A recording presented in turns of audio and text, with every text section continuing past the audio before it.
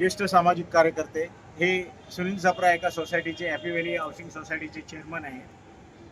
विषय असा आहे की ठाणे जिल्हा उपनिबंधक कार्यालयाचा कशा पद्धतीने भोंगळ व संशयास्पद कारभार आहे याची पोलखोल मला आज आपल्याला करायची आहे।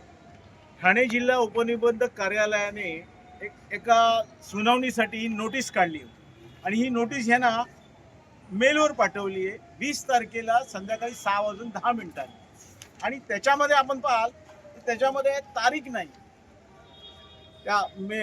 ही जी सुनावणीची नोटीस आहे त्याच्यामध्ये तारीख नाही आणि जावक क्रमांक टाकलेला आहे। एखादं पत्र ज्यावेळी पाठवलं जातं अधिकृतरित्या पाठवलं जातं तर त्याची परिपूर्ण असलं पाहिजे। सुनावणी ज्या तारखेला ठेवली आहे त्याची तारीख नमूद पाहिजे ना, त्याची तारीखच नमूद नाही।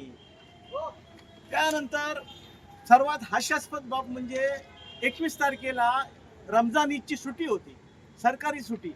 सुट्टीच्या दिवशी या कार्यालयाने सकाळी 11:54 हा दुसरा मेल पाठवला आणि या मेलमध्ये टाईप केलेली तारीख, ज्या दिवशीची सुनावणी आहे त्याची टाईप केलेली तारीख आणि बाजूला डिजिटल सिग्नेचर असं हे पाठवलेलं आहे। त्यानंतर लगेच 12:22 तिसरा मेलमध्ये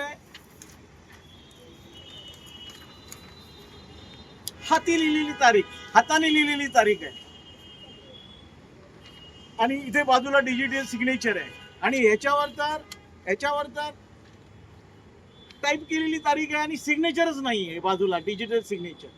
मग आमचा प्रश्न आहे की असा कोणाचा अशी काय मजबुरी होती या जिल्हा उपनिबंधकांची किंवा कोणाचा राजकीय दबाव होता की त्यांना सुट्टीच्या दिवशी हे 2 मेल पाठवावे लागले, तेही असे हास्यास्पद।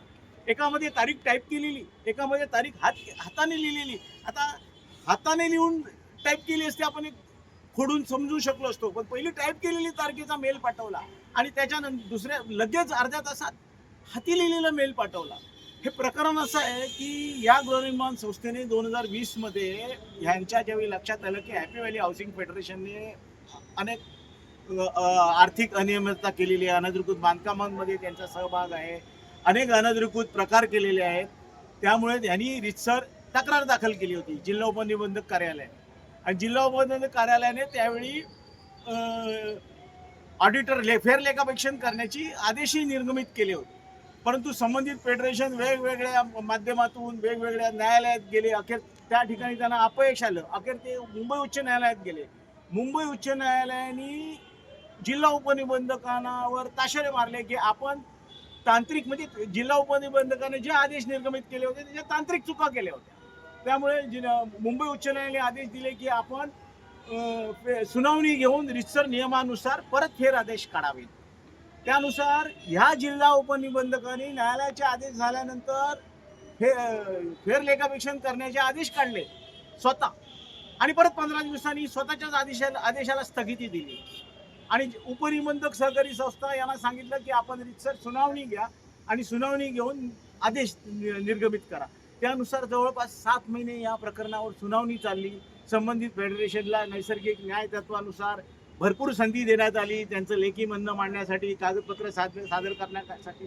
जवळपास 7 महिने तर या फेडरेशननी कागदपत्रच सादर केली नाही। 7 महिन्यानंतर कागदपत्र सादर केल्यानंतर हे प्रकरण निर्णयासाठी बंद करण्यात आलं आणि त्यानंतर निर्णय देण्यात आला। 23 फेब्रुवारीला निर्णय देण्यात आला की ज्या काही अनियमितता होती ह्या कारभारामध्ये त्याच्यावर त्यांनी ताशेरे मारले आणि हा आदेश आहे ह्याच्यामध्ये क्लिअर म्हटलेलं आहे की अर्जदार संस्थेने 21-22-23 संस्थेने सुनावणीवेळी उपस्थित केले मुद्दे व आरोप केवळ सामान्य स्वरूपाचे नसून आर्थिक व्यवहार, निविदा, प्रक्रिया व अभिहस्तांतरण संबंधी गंभीर स्वरूपाच्या तक्रारीचे आहे। तसेच प्राथमिकदृष्ट्या अर्जदार यांनी उपस्थित केलेल्या मुद्द्यांमध्ये आर्थिक तफावत व प्रक्रियात्मक अनियमितता झाली असल्याचे उपलब्ध कागदपत्रांवरून दिसून येत आहे।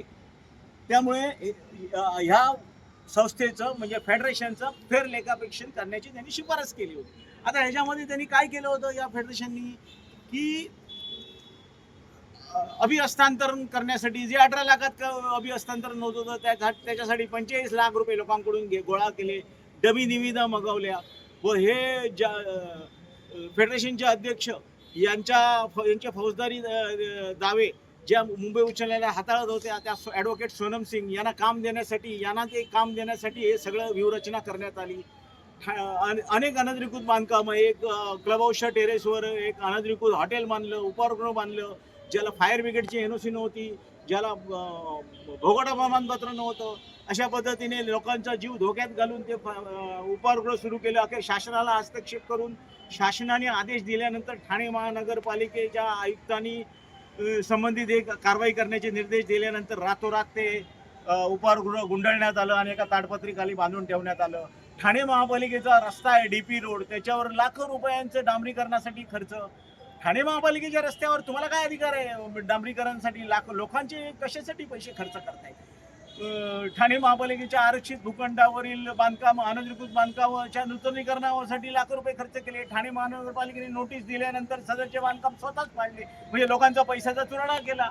तसंच एक अनधिकृत जोत्याचं बांधकाम आहे, त्याच्यावर अनधिकृत भिंतीचं बांधकाम केलं आणि अनधिकृत भिंतीचं बांधकाम केल्यानंतर आज सगळे प्रकार घडल्यानंतर लोकांचा याच्यात आर्थिक नुकसान झालेलं आहे. त्यामुळे फेरलेखापरीक्षण करणं गरजेचं आहे.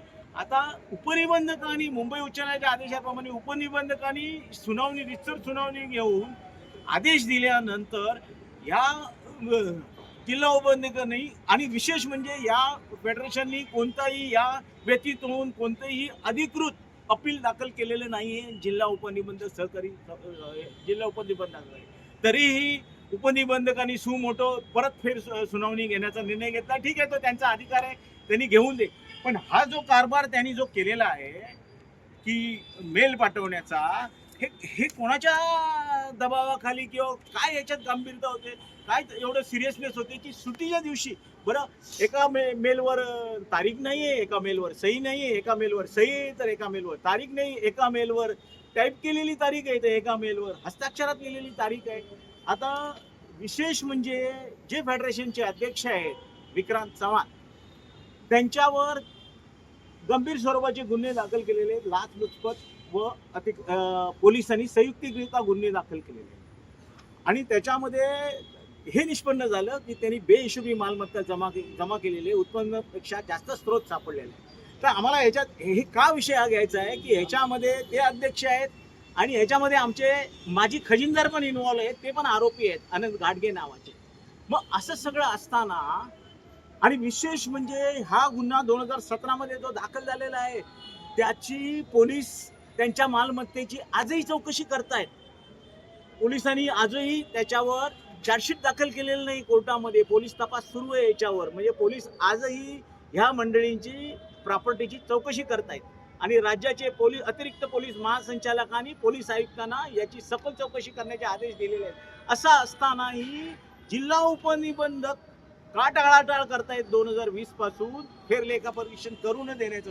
ह्याच्यात स्पष्ट दिसतंय की आज 11 पानी अहवाल उपनिबंधकांनी दिलेला आहे.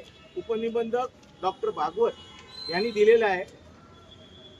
असं असतानाही त्यांनी स्पष्ट प्रत्येक वाक्यानुवाक्य दिलेलं आहे आणि आपण पाहिलं की याच्यामध्ये त्यांनी क्लिअर म्हटलेलं आहे की कागदपत्रावरून दिसून येते की हे फेरलेखापरीक्षण करणं जरुरीचं आहे. मग अशा वेळी आता आम्ही ह्याबाबत राज्याचे मुख्यमंत्री, राज्याचे उपमुख्यमंत्री तथा ठाणे जिल्ह्याचे पालकमंत्री, सहकार मंत्री बाळासाहेब पाटील व न्यायालयाकडे दाद मागणार आहे. कारण ह्यांनी जो खोटा प्रकार केलेला आहे ह्याच्यावरून ह्यांचा पर्सनल इंटरेस्ट दिसून येतोय की सुट्टीच्या दिवशी, रमजान ईदच्या दिवशी, सुट्टीच्या दिवशी हे लोक साधे सिनियर सिटीजन महिला भेटायला गेले कार्यालयात, जिल्हा उपनिबंधक 3-3 तास लोकांना भेटत नाही.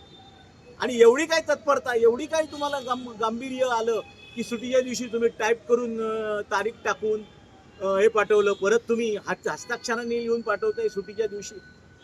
बरं सरकारी सुट्टी आहे आणि सरकारी सुट्टीच्या दिवशी हे करणं याच्यावर यांना दिसून येतं. आणि सामान्य माणसांनी अशा लोकांकडून काय निर्णयाची अपेक्षा करावी? उद्या आपण सामान्य लोक आहोत, सामान्य माणसं ज्यावेळी न्याय मागायला जातात अशा मंडळींकडे, तर ही मंडळी सुट्टीच्या दिवशी असे कारभार करतात, ते पण करताना सुद्धा गोंधळाचं म्हणजे भोंगळ कारभार, संशयास्पद कारभार केलेला आहे. तर अशा पद्धतीने जर कारभार करत असतील तर सामान्य नागरिकांना मला वाटत नाही की जिल्हा उपनिबंधक कार्यालयाकडून न्याय मिळेल. त्यामुळे आमचं म्हणणं आहे की ज्यांनी कोणी हे कटकारस्थान केले, ज्यांनी हे समजा तारकांचा घोळ केलेला आहे, ज्यांनी हे क्वासी ज्युडिशियल प्रोसिडिंग आहे आणि क्वासी ज्युडिशियल प्रोसिडिंगमध्ये असा जर हलगर्जीपणा होत असेल तर त्याच्यासारखं दुर्दैव कुठलं नाही. त्यामुळे आमचं म्हणणं आहे की संबंधित ज्यांनी केलं आहे त्यांच्यावर कडक कारवाई व्हावी आणि सामान्य नागरिकांना, ठाणेकरांना या जिल्हा उपनिबंधक कार्यालयाकडून न्याय मिळावा हीच आम्ही अपेक्षा करतो.